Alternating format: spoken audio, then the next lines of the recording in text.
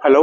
Welcome to संस्कार plus academy. जैसा कि आपको पता है बोर्ड एग्जाम बहुत पास में आ रहे हैं और बच्चे उनको कहाँ से इंपॉर्टेंट क्वेश्चन मिल जाए उसके लिए बहुत एक्साइटेड हैं।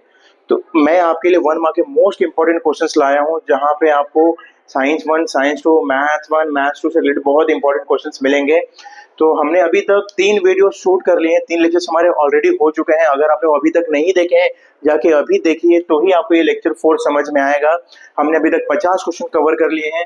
ये हमारा होने वाला क्वेश्चन नंबर 51 जिसमें लिखा है the concentric circle represents the magnetic line of forces true. जो कॉन्सेंट्रिक लाइन रहेंगे वो क्या बताती हैं? मैग्नेटिक लाइन ऑफ फोर्सेस बताती हैं। Glowing of electric bulb is a conversion of electrical energy into the mechanical energy. नहीं, जब बल्ब ग्लो हो रहा है तो इलेक्ट्रिकल एनर्जी लाइट एनर्जी में कन्वर्ट हो रहा है, मैकेनिकल एनर्जी में कन्वर्ट नहीं हो रहा है। ये आंसर फॉल्स है। क्वेश्चन 53 मैच द फॉलोइंग के टाइप का है क्वेश्चन। ये इलेक्ट्रिक बल्ब किसके ऊपर काम करता है? Heating effect of electric current के ऊपर काम करता है। और भी इसके अंदर क्वेश्चन है तो इसको थोड़ा एडजस्ट कर लेते हैं। ये क्वेश्चन ऐसे पूछा है कि इलेक्ट्रिक बल्ब फर्स्ट का आंसर क्या होना चाहिए? बी। किसके ऊपर काम कर रहा है? हीटिंग इफेक्ट के ऊपर काम कर रहा है। सेकंड वाला आंसर है इलेक्ट्रिक पावर का यूनिट होता है वॉट, सी होना चाहिए। इलेक्ट्रिक करंट थर्ड का यूनिट होना चाहिए, इलेक्ट्रिक करंट का यूनिट होता है एम्पियर, ऑप्शन ए होना चाहिए। और इलेक्ट्रिक फ्यूज क्या होना चाहिए? सेफ्टी पर्पस के लिए होना चाहिए, ऑप्शन ई। देखिए बी सी ए ई, बी सी ए ई, बी सी ए ई, ऑप्शन बी राइट है। क्वेश्चन नंबर 54 पे आते हैं। क्वेश्चन नंबर 54 है कि the short circuiting occurs when the live wire and a neutral wire comes in a direct contact true। कि जब live wire और neutral wire एक दूसरे के पास में आ जाते हैं तभी क्या होता है? शॉर्ट सर्किट होता है। Another terms used for 1 kilowatt electrical energy, 1 kilowatt electrical energy को ही बोला जाता है 1 यूनिट। क्या बोला जाता है? 1 यूनिट। तो क्या आ जाएगा? 1 unit of energy, option B right है। आप अब ये कहां से आया? ये आपके मीटर में आया। मीटर से ज्यादा इलेक्ट्रिक मीटर जो होते हैं आपके घर वाले पूछते ना कितना यूनिट भागा है मीटर, कितना यूनिट भागा है। तो कितना यूनिट भागा है मतलब कितना किलोवाट भागा है। 1 यूनिट मतलब होता है 1 किलोवाट आवर। क्वेश्चन नंबर 56 देखते हैं कि when the number of magnetic line of forces passing through the coil changes current is induced in it. बोला है कि जब नंबर ऑफ मैग्नेटिक फील्ड बढ़ेगा तब करंट भी बढ़ेगा। तो ऑब्वियस है ट्रू, इसका आंसर ट्रू है। अगर magnetic line of forces change हो रही हैं तो करंट भी क्या हो जाएगा? इंड्यूस हो जाएगा। ये question number 57 observe the figure and answer the following question.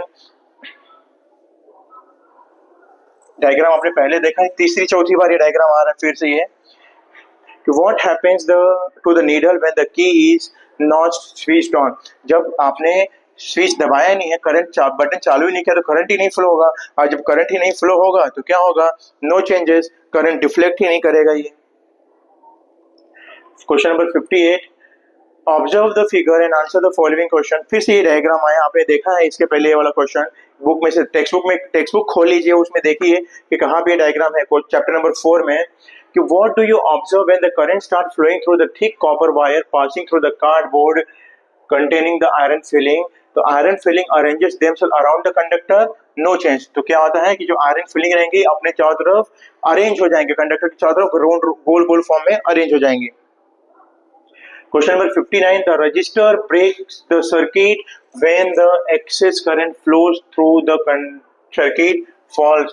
तो रजिस्टर नहीं ब्रेक करता है, एमसीबी ब्रेक करता है। एमसीबी या तो फ्यूज, जो फ्यूज होता है या सर्किट ब्रेकर होता है वो सर्किट को ब्रेक करता है, रजिस्टर नहीं ब्रेक करता है सर्किट को जब करंट ज्यादा फ्लो होता है। तो in electric bulb when the filament gets heated it emits light true. जब फिलामेंट हीटेड हो जाएगा बल्ब में कौन सा, अब आपको बताना है कि इलेक्ट्रिक बल्ब में कौन सा मटेरियल यूज होता है, कौन सा मेटल यूज होता है। जल्दी से कमेंट करके बताइए कि कौन सा फिलामेंट यूज होता है या जो फिलामेंट होता है किस मेटल का बना रहता है। And appliances that works on the electric motor के ऊपर कौन सा डिवाइस काम करता है? तो इलेक्ट्रिक मोटर के ऊपर काम करता है वॉशिंग मशीन क्या करता है? इलेक्ट्रिकल एनर्जी को मैकेनिकल एनर्जी में कन्वर्ट करता है। क्वेश्चन नंबर 62 पे आते हैं मैं फिर से डायग्राम दिया, वही वाला डायग्राम जो अभी तक हम देख रहे हैं। 5वीं बार एक डायग्राम आया है कि what happens to the needle when the current is switched on. जब करंट को स्विच करोगे तो क्या हो जाएगा, स्टार्ट डिफ्लेक्टिंग। इसके पहले पूछा था जब स्विच ऑन नहीं करोगे तो क्या होगा, नो चेंज। और जब चालू कर दोगे करंट को तो क्या हो जाएगा, डिफ्लेक्शन स्टार्ट हो जाएगा। ये मैं थोड़ा फास्ट में जा रहा हूं, अगर मैं आपके हिसाब से अगर फास्ट में जा रहा हूं तो आप वीडियो को स्लो कर लीजिए। अगर आपको लग रहा है कि मैं बहुत स्लो जा रहा हूं तो वीडियो को फास्ट कर लीजिए, अपने अकॉर्डिंगली वीडियो का स्पीड एडजस्ट कर लीजिए, लेकिन वीडियो पूरा देखिए, आपके लिए बहुत हेल्पफुल होने वाली है। मूव करते हैं क्वेश्चन नंबर 63 पे। फिर से डायग्राम दिया है कि observe the following and answer the question. ये डायग्राम आप देखना बुक में से क्या है, आपकी बुक में टेक्स्ट बुक में है, और इसके अंदर क्वेश्चन पूछा है। क्वेश्चन क्या पूछा है कि state which of the following is not true. अच्छा समझना, इस टाइप के क्वेश्चन बहुत इंपॉर्टेंट। नॉट ट्रू मतलब होता है फॉल्स, कि कौन सा स्टेटमेंट फॉल्स है गिवन कंडीशन के हिसाब से। तो the magnitude of magnetic field by the current carrying circular loop is inversely proportional। inversely proportional मतलब 1 upon something current, मतलब मैग्नेटिक फील्ड करंट के इनवर्सली प्रोपोर्शनल। मतलब इसका मतलब ये है करंट बढ़ेगा तो मैग्नेटिक फील्ड कम होगा, करंट कम होगा तो मैग्नेटिक फील्ड बढ़ेगा। पहला कंडीशन ये है। The strength of magnetic field can be increased by increasing the number of turns. जितना टर्न्स बढ़ाओगे, जितना वायर का टर्न बढ़ाओगे उतना मैग्नेटिक फील्ड बढ़ते जाएगा। ये द स्ट्रेंथ ऑफ, ये तो ट्रू है, ये ट्रू है। ये the strength of magnetic field can be increased by decreasing the radius, ये भी ट्रू है। फॉल्स कौन सा है, ये वाला। मतलब क्या है कि हमेशा देखना कि magnetic field is directly proportional to current होता है। ये बढ़ाओगे तो ये भी बढ़ेगा, ये कम करोगे तो ये भी कम होगा। ये वाला रॉन्ग है। तो फर्स्ट वाला नॉट ट्रू कौन सा है, फर्स्ट वाला। क्वेश्चन नंबर 64 पे आते हैं। ये वाले क्वेश्चन को बहुत इंपॉर्टेंट मार्क करना क्वेश्चन नंबर 63 को। क्वेश्चन नंबर 64 पे आते हैं। क्वेश्चन नंबर 64 इस तरह से दिया है कि मैकेनिकल पावर का फार्मूला मतलब आपने जो 9th स्टैंडर्ड में जो फार्मूला पढ़े थे पावर को, मैकेनिकल पावर का फार्मूला था वर्क अपॉन टाइम। तो क्या है, क्या मैकेनिकल पावर का फार्मूला यही है, हाँ यही है। तो आंसर है true. Question number 65, an alloy used in electric heater as a register. जो हीटर होता है इलेक्ट्रिक हीटर में कौन सा मटेरियल यूज किया जाता है, तो कौन सा मटेरियल यूज किया जाता है, नाइक्रोम। ये एक अलॉय होता है। अलॉय मतलब दो मेटल से मिलकर बना हो। कौन से मेटल से मिलकर बनाता है, NiCH मतलब होता है नाइक्रोम या निकल, और Ni मतलब निकल होता है, क्रोम मतलब क्रोमियम। ये दो मेटल से मिलकर बना रहता है नाइक्रोम, इसलिए इसको क्या बोला जाता है, अलॉय बोला जाता है। Question number 66, when a resistor is connected in an electric circuit, heat is produced in it is due to the current। बोला कि जब भी रजिस्टर कनेक्टेड है इलेक्ट्रिक सर्किट में तो हीट प्रोड्यूस होता है इलेक्ट्रिक करंट की वजह से। तो ट्रू, जितना ज्यादा करंट फ्लो होगा उतना ज्यादा हीट प्रोड्यूस होगा। ये observe the figure and answer the question below. फिर से ये डायग्राम आ गया कि what do you see when the magnetic needle is keeped away from the wire.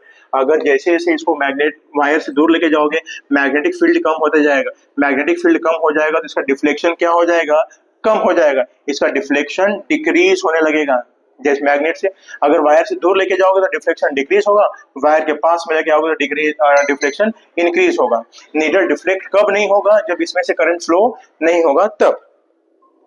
Question number 68 पे आते हैं कि फाइंड ऑड वन आउट निकालना है। इसमें वोल्ट मीटर यूज होता है वोल्टेज फाइंड आउट करने के लिए, अमीटर होता है करंट फाइंड आउट करने के लिए, कैलोरीमीटर होता है ये भी करंट फाइंड आउट करने के लिए होता है।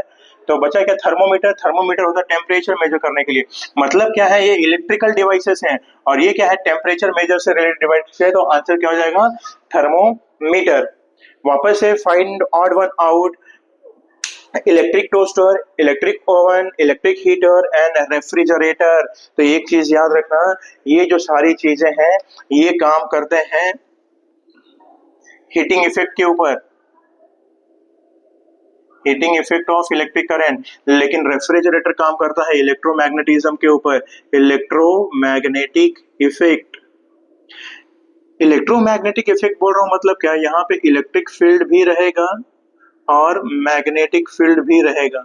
इसके ऊपर काम करता है रेफ्रिजरेटर। इसमें सबसे ऑड कौन सा हो जाएगा यहाँ पे, रेफ्रिजरेटर। सबसे लास्ट का क्वेश्चन है यहाँ पे, सबसे लास्ट का क्वेश्चन इस तरह से है कि material used as a precautionary measure in the electric circuit. Electric circuit में प्रिकॉशन की जैसा किसको यूज किया जाता है, तो स्विच को तो नहीं यूज किया जाता, फ्यूज को यूज किया जाता है।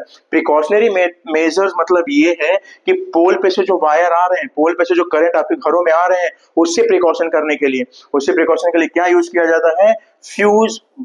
फ्यूज यूज किया जाता है, या अगर इसकी जगह पे एमसीबी लिखा रहता तो भी राइट है, या सर्किट ब्रेकर लिखा रहता तो भी इसका आंसर क्या था, राइट था ये। तो ये तीनों में अगर ये ऑप्शन में दिखा तो इसमें से टिक मारना, आप स्विच नहीं होता है। स्विच क्या ओपन और क्लोज करने के लिए बस होता है। प्रिकॉशनरी मेथड के लिए क्या यूज किया जाता है, या तो फ्यूज, या तो एमसीबी, या तो सर्किट ब्रेकर। यहाँ तक हमने जितने भी इस चैप्टर से इंपॉर्टेंट क्वेश्चन थे 1 मार्क के हमने सॉल्व कर लिया। अभी कुछ क्वेश्चन हमारे पास और है, हम नेक्स्ट वीडियोस में लाएंगे। आई होप यहाँ तक जो हमने किया है आपको समझ में आया है। यहाँ तक हमने वैरायटी ऑफ क्वेश्चंस देखे, जिसमें ट्रू फॉल्स था, मैचअप थे, एमसीक्यूज थे, ट्रू एंड फॉल्स थे, अलग अलग टाइप के क्वेश्चंस थे जो हमने सॉल्व किया है। आपको समझ में आया होगा ये मैं एक्सपेक्ट करता हूँ। अगर नहीं समझ में आया तो वीडियो को एक बार 2 बार देखिए, हो सकता है कि वीडियो देखने से आपके मार्क्स नहीं कट होंगे जो 1 मार्क के क्वेश्चन होते हैं। तो आई होप आपको ये वीडियो अच्छी लग रही हो तो लाइक करें, शेयर करें और सब्सक्राइब करें। मिलते हैं नेक्स्ट पार्ट में। Thank you for watching.